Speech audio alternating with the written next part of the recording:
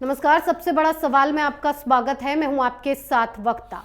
केजरीवाल सरकार ने दिल्ली की सत्ता पाने के बाद किस विभाग में चार चांद लगाए हों, इसका जवाब ढूंढने से भी नहीं मिल रहा है। वैसे तो केजरीवाल हमेशा दिल्ली एलजी के निशाने पर रहते हैं, पर इस बार सीआईसी की एक चिट्ठी से केजरीवाल बौखला गए हैं। ये चिट्ठी केंद्रीय सूचना आयुक्त उदय माहोरकर जी ने दिल्ली एलजी को लिखी और इसमें आरोप लगाया कि केजरीवाल सरकार दिल्ली में आरटीआई कानून को ठीक से लागू नहीं कर रही है, जिस पर आप बिफर पड़ी और चिट्ठी को लेकर बीजेपी की चिट्ठी उसने उसे करार दे दिया। बड़ा सवाल, केजरीवाल क्यों आरटीआई के कानून को लागू करने में लापरवाही बरत रहे हैं? इसी पर चर्चा के लिए हमारे साथ मौजूद हैं कैपिटल टीवी के editor in chief doctor Manish Kumar ji. Doctor साहब, आपका बहुत बहुत स्वागत है। धन्यवाद। डॉक्टर साहब, ये जो चिट्ठी आई है सीआईसी से, इसने पूरी केजरीवाल की पोल पट्टी को खोल कर रख दिया है। देखिए क्या विडंबना है।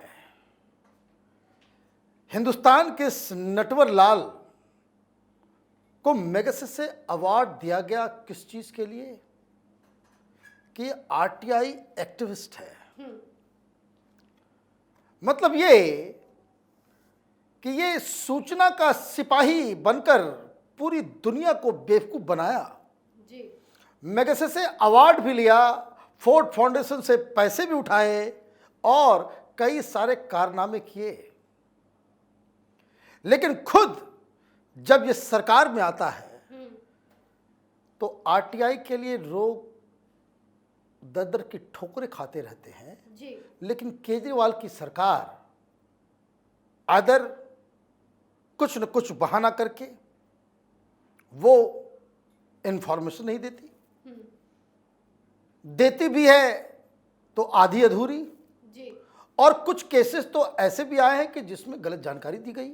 ये दावा सीआईसी उदय माहोरकर साहब ने अपनी पत्र में लिखकर एलजी को दिया और एलजी साहब ने इसके ऊपर जांच के आदेश दिए जी।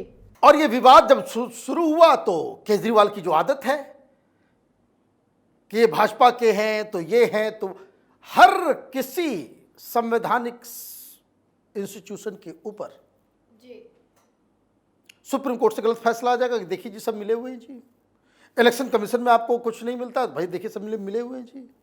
एलजी के दफ्तर से कुछ होता है, भाई हमें टारगेट किया जा रहा है। ईडी कुछ करती है तो भाई ये तो हमें, हमारी पॉपुलैरिटी से लोग डर गए हैं जी। सीबीआई कुछ करती है तो हमें तंग किया जा रहा है, हमें काम करने नहीं दिया जा रहा। काम करने दिया नहीं जा रहा और दिल्ली मॉडल भी तुमने क्रिएट कर लिया जी। जब काम नहीं करने दिया जा रहा है, हर चीज में विघ्न पैदा हो रही, इसका मतलब तुम किसी काम के नहीं बचे। एक बात समझ लीजिए, लड़ झगड़ के घर नहीं चलता, राज्य कैसे चलेगा जी। और आप उस मोड में काम करते हो कि सब दुश्मन मेरी बात मानो, मैं जो कहूं वही सही और सच मानो तो सब कुछ ठीक है जी। अदरवाइज सब जो है हमारे पीछे पड़े हुए, सब झूठे मक्कार, हम कट्टर ईमानदार, बाकी सारे लोग बेईमान जी। अब सीआईसी के पास मसला कब पहुंचता है? आरटीआई का अपना तरीका है।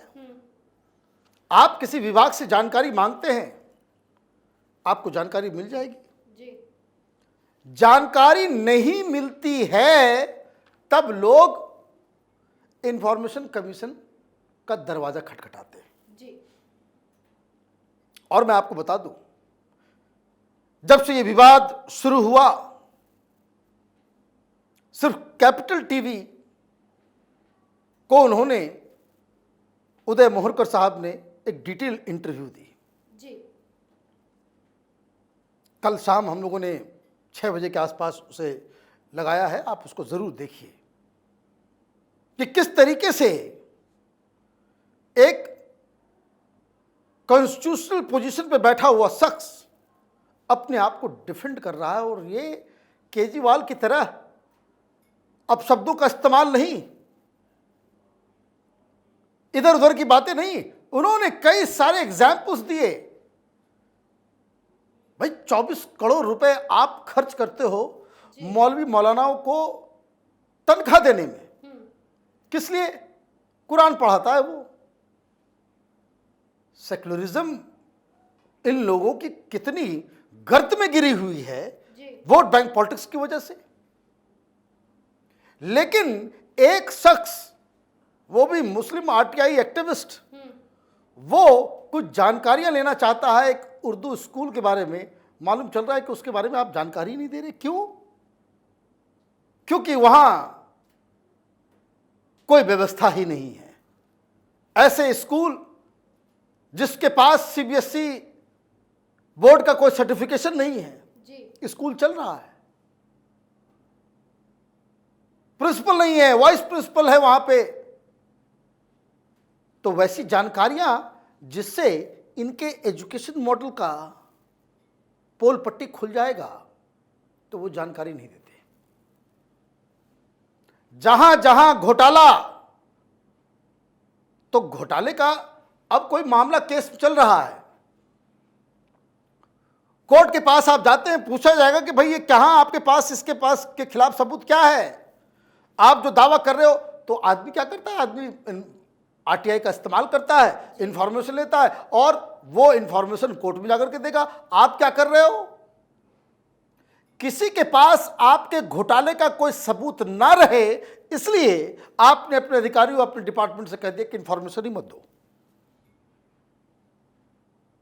तो एजुकेशन और इस तरह का कई सारे स्कूल हैं कि जिसकी सही जानकारी बाहर आ जाए तो इनका जो न्यूयॉर्क टाइम्स में जो फर्जीवाड़ा जो किया, उसकी पोल पट्टी खुल जाए।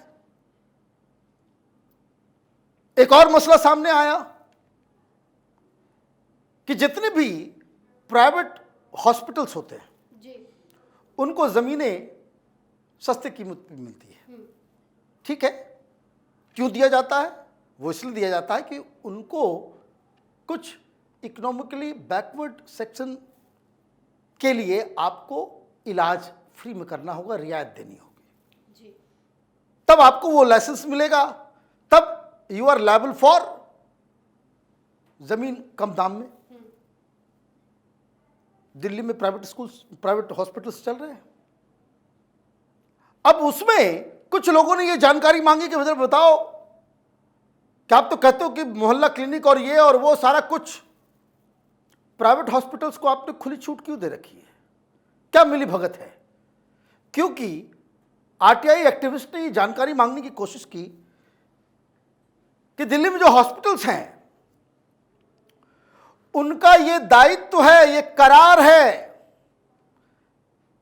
कि हर साल 1500 करोड़ रुपए का इलाज वो करेंगे।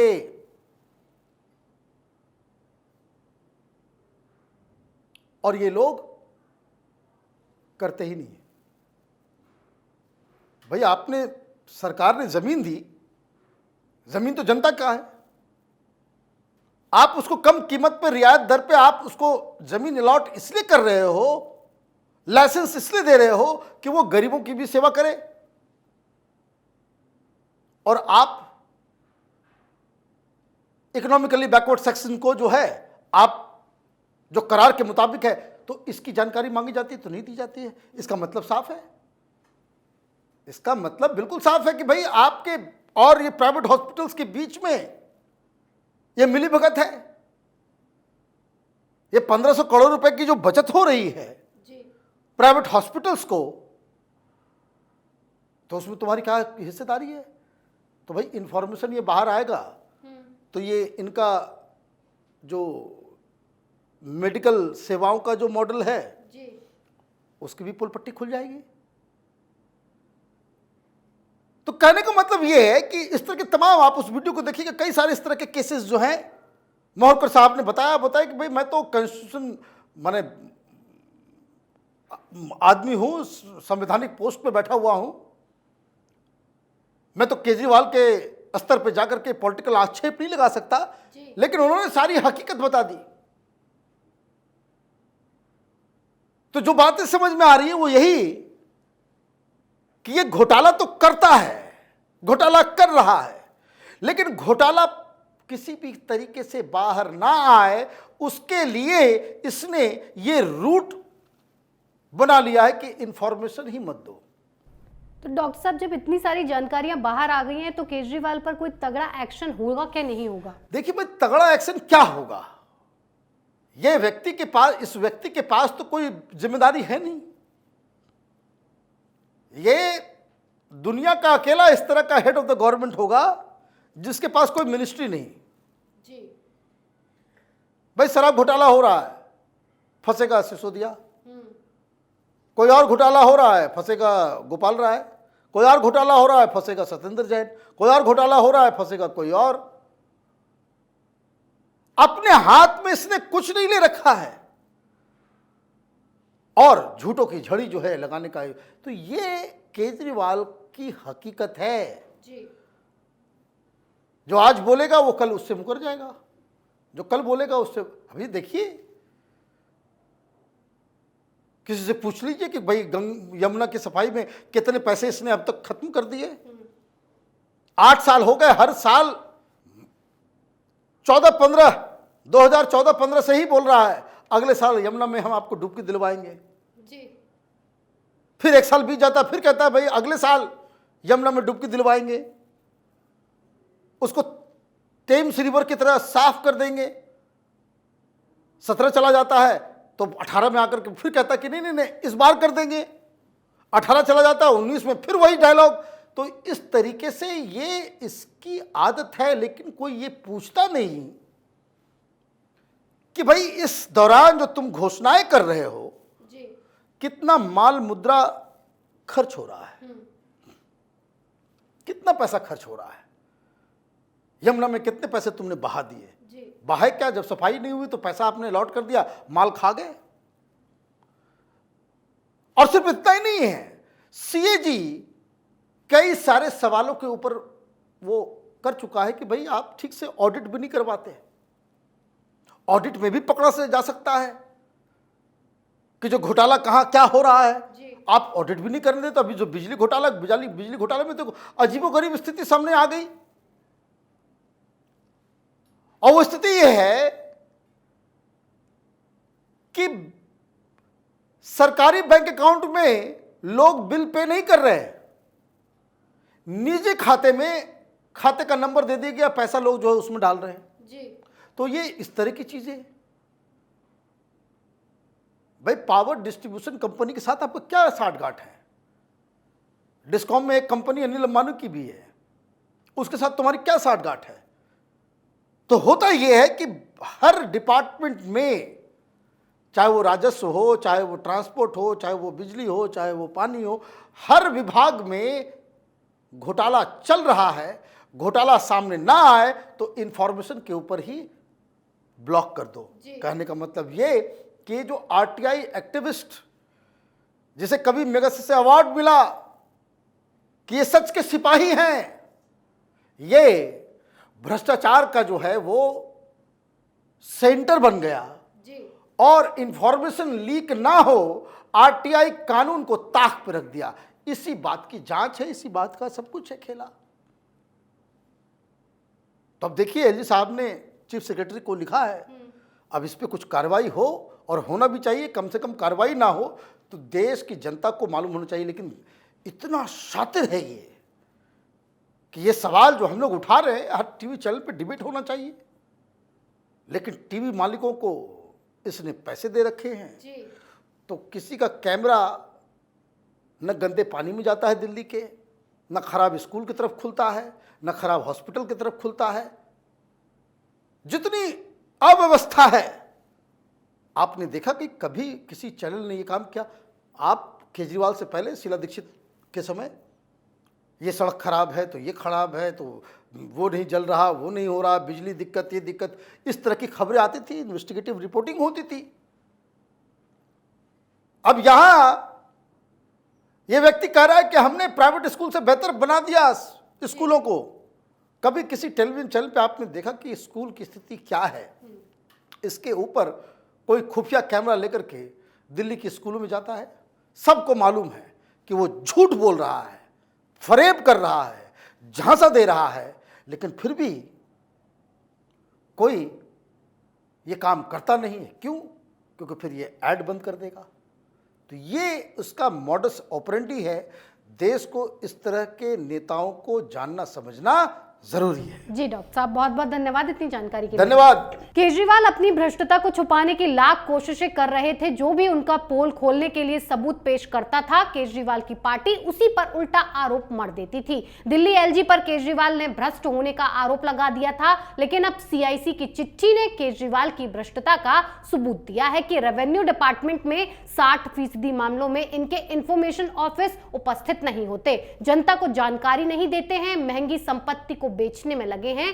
केजरीवाल जी, आपका दिल्ली का ये कार्यकाल दिल्ली के इतिहास में काले अक्षरों में लिखा जाएगा। केजरीवाल की नई लाइन ये होनी चाहिए, मंत्रालय गुल, भ्रष्टाचार फुल, जवाबदेही जीरो, अपनी नजरों में हीरो। क्यों डूबी केजरीवाल की लुटिया? सोचिएगा जरूर। फिर किसी और मुद्दे के साथ हाजिर होंगे। बने रहिए कैपिटल टीवी के साथ। नमस्कार।